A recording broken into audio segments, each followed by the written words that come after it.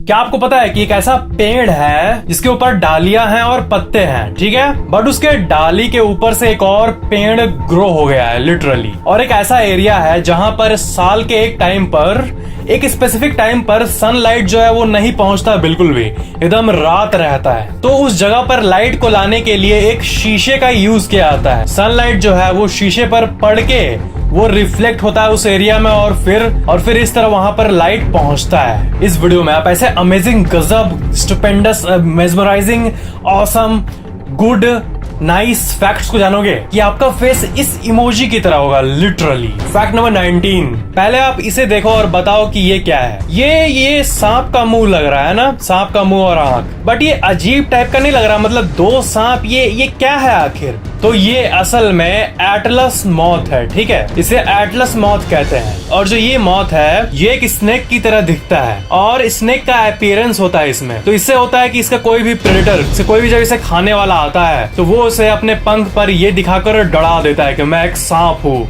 मेरे को खाने का सोचना भी मत। ये नेचर में मौजूद एक बहुत ही गजब बहरूपिया मौजूद है जो कि अपने आप को सांप की तरह दिखाता है। That's really awesome. ड्रामा हो गया, I know.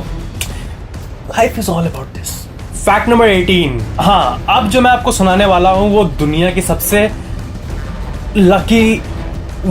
सबसे लकी इंसान है। बताओ कैसे? Bill Morgan. पहले इस भाई साहब का फेस देख लो, ठीक है। ये जो है ये किसी एक्सीडेंट के चलते हॉस्पिटल में थे और इनकी मृत्यु हो गई। मृत्यु होने के बाद आपने टीवी में देखा है ना, जो ऐसे दो आयरन को लेके, आयरन जैसा दिखता है, दो इलेक्ट्रिक शॉक को लेके करते हैं तो वो जिंदा हो जाता है। 14 मिनट नहीं, मतलब जिंदा हो जाता है वो। तो क्या हुआ ना कि वो 14 मिनट तक डेड रहे थे, इसलिए मेरे मुंह से 14 निकला। वो डेड रहे थे और 14 मिनट उस पे ऐसे करने के बाद वो अचानक से जिंदा हो गए। सबसे पहला लकी घटना ये था। और दूसरा ये कि वो उठने के बाद ना तुरंत कोमा में चल गए, ठीक है। और कोमा में जाने के बाद उनके उठने के चांसेस बहुत कम थे। डॉक्टर्स बोल रहे थे कि सालों तक वो ऐसे ही रहेंगे, बट वो सिर्फ और सिर्फ 12 दिन के बाद जिंदा हो गए।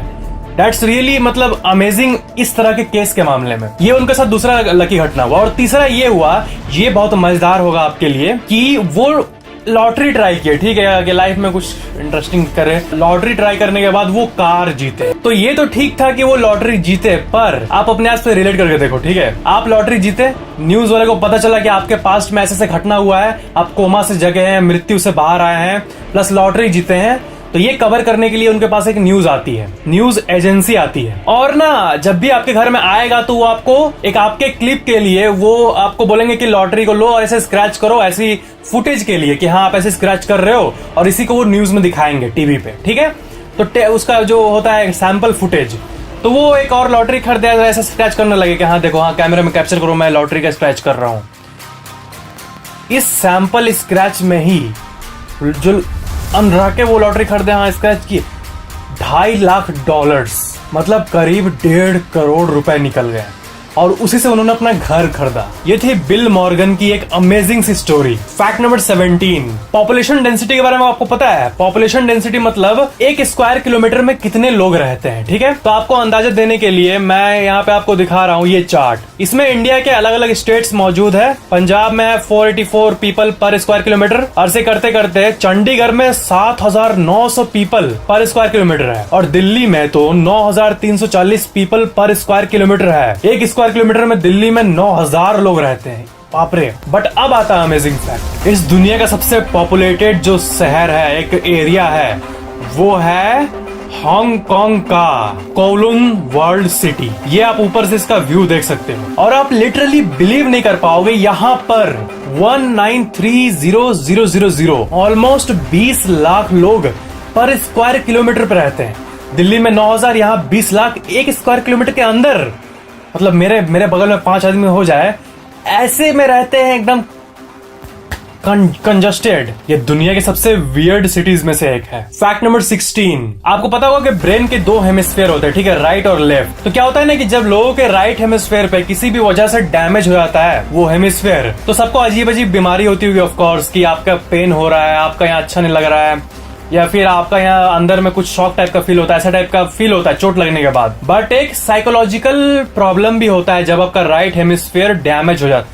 डैमेज हो जाता है। तो ना उससे ये होता है ना कि एक इंसान को हमेशा जोक मारने का मन करेगा हमेशा मतलब कुछ ना कुछ पागलपंती करने का मन करेगा। जोक एडिक्शन, इसका नाम है जोक एडिक्शन, इसका टेक्निकल टर्म है। तो हमेशा उस इंसान को जोक मारने का मन करेगा अगर उसका राइट हेमिस्फीयर डैमेज हुआ है। Joke addiction, a compulsive need to constantly make and tell jokes.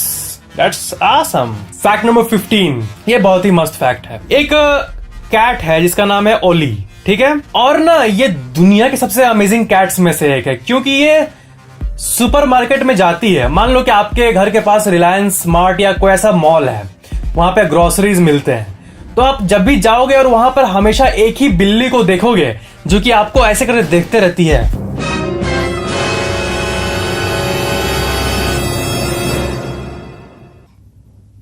Denied.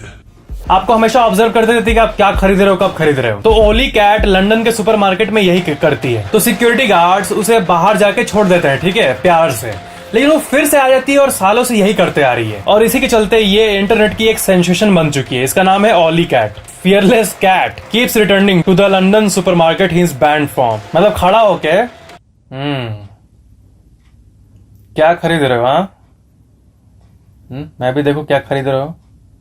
हद है कैट ठोक। फैक्ट नंबर 14, दो तरह के इंसान होते हैं ना, इंट्रोवर्ट और एक्सट्रोवर्ट। जो चुप चुप रहते हैं और मन में सब कुछ रखते हैं इंट्रोवर्ट, और एक पाए पाए पाए पाए बोलते रहते हैं एक्सट्रोवर्ट, ठीक है। तो ना इंसान को लगता है कि यही दोनों कैटेगरी है, इंट्रोवर्ट और एक्सट्रोवर्ट, साइकोलॉजी के मामले में। बट असल में एक और कैटेगरी है जो कि इसके बीच में आता है और उसे कहते हैं ambivert. And I think I am ambivert may be. और आप लोगों में से भी ज्यादातर लोग ना एम्बीवर्ट ही होंगे, क्योंकि कोई भी ऐसा नहीं होता है कि वो सब कुछ बता देगा और कोई भी ऐसा नहीं होता है कि वो कुछ भी नहीं बताएगा। मोस्ट पीपल बीच में ही रहते हैं। बट यहाँ आयरनी ये है कि एम्बीवर्ट कुछ जानता ही नहीं, कुछ पूछता है आर यू इंट्रोवर्ट और एक्सट्रोवर्ट। मतलब एम्बीवर्ट, इस टर्म को आप लोग पॉपुलर कराओ, ठीक है, पूरे देश भर में। एम्बीवर्ट है मतलब मैक्सिमम लोग ना इंट्रोवर्ट होते हैं ना एक्सट्रोवर्ट होते हैं, वो नॉर्मल पीपल होते हैं, ना एम्बीवर्ट होते हैं। फैक्ट नंबर 13, इस तरह के घर को कहते हैं इनविजिबल ट्री हाउस। और ऐसे घर जो होते हैं उन्हें देखो कैसा जगह पर बनाया जाता है। ये दुनिया के सबसे अमेजिंग हाउस टाइप्स में से एक है। Fact number 12, Vin Diesel. ये जो एक्टर है इन्हें कौन नहीं जानता, फास्ट एंड फ्यूरियस के बैड एस एक्टर, ठीक है। इनका जो आप फास्ट एंड फ्यूरियस में देखते हो ना, जिस टाइप का ये होते हैं एकदम बैड एस, वैसे ही ये रियल लाइफ में भी आपको पता है, क्योंकि इनका जो कैरियर है ना वो ऐसे ही स्टार्ट हुआ था। तो विन डीजल ना न्यूयॉर्क में तब एक वहां न्यूयॉर्क के थिएटर में ये जाके तोड़ के बदमाशी करने के लिए गए थे। मतलब उनका यही प्लान था और वो मात्र 7 साल के थे। तो जब वो पकड़े गए ना, तब थिएटर का जो डायरेक्टर था वो पुलिस को बुलाने के बदले वो उनको उनके अपकमिंग शो में इनको रोल दे दिया और ऐसे ही विन डीजल का कैरियर का शुरुआत हुआ। और तब से एक्टिंग करते करते ये दुनिया के सबसे फेमस एक्टर्स में से एक बन गए हैं। फैक्ट नंबर 11, स्मार्टफोन की फैक्ट्स की बात करें तो क्विकली एक सुन लो।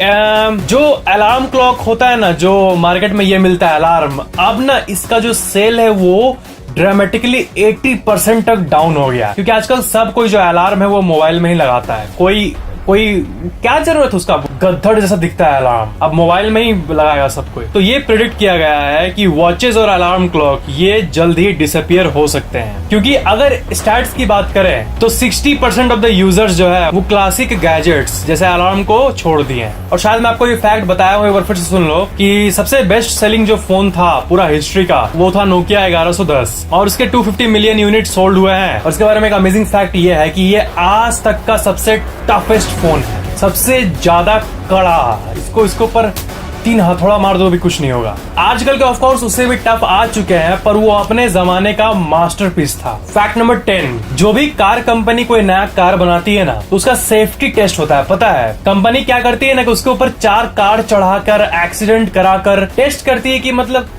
वो कैसा परफॉर्म कर रहा है, उसका हालत क्या हो रहा है। तो इसे सेफ्टी रेटिंग कहते हैं, ठीक है। वो टेस्ट करने के बाद कि ये कार कितना सेफ है इन सब मामलों में, एक्सीडेंट्स के मामले में। तो ना एलोन मस्क का जो कंपनी है टेस्ला, उसका एक कार है टेस्ला मॉडल एस, और उस कार को आज तक का सबसे बेस्ट सेफ्टी रेटिंग मिला हुआ है, पता है, पूरे हिस्ट्री में। इसके ऊपर आप अगर 4 कार्स को भी चढ़ा दो ना तब भी इसका बाल भी बाका नहीं होगा, इतना स्ट्रॉन्ग है सेफ्टी के मामले में। Fact number 9, Audi company. पता है ऑडी कंपनी इतनी बड़ी कार कंपनी है, बट अप्रैल फूल में इन्होंने एक अजीब सा जोक मारा। इस साल के अप्रैल फूल में ऑडी ने ये एडवर्टाइज किया था। इन्होंने अपने कार का एडवर्टाइजमेंट किया था कि अब कार में आपको बिल्ट इन राइस कुकर मिलेगा और उसमें भात दाल चावल बना के खा लेना। जी हाँ, उन्होंने लिटरली एडवर्टाइज किया था। That's amazing. Fact number 8, Viganella, Italy. ये जो जगह है ये विंटर के समय ना 83 डेज के लिए सराउंडिंग जो माउंटेन्स है उसके चलते यहाँ पर ना जो घर है वहाँ पर सनलाइट बिल्कुल भी नहीं मिल पाता, तो दिन के टाइम उतना लाइट नहीं पहुँच पाता। तो देखो कुछ ऐसा सेटअप किया गया है और मिरर के मदद से इस जगह पर लाइट को आर्टिफिशियली ले आया जाता है। सन का रे एक ह्यूज मिरर पे पड़ता है और वहाँ से रिफ्लेक्ट होकर वो पूरे इस एरिया को ग्लो कर देता है। ये दुनिया के सबसे ऑसम सेटअप्स में से एक है और शायद दुनिया का इकलौता ऐसा जगह है जहाँ पर ऐसा कुछ करने का नीड होता है। वहाँ के माउंटेन इतने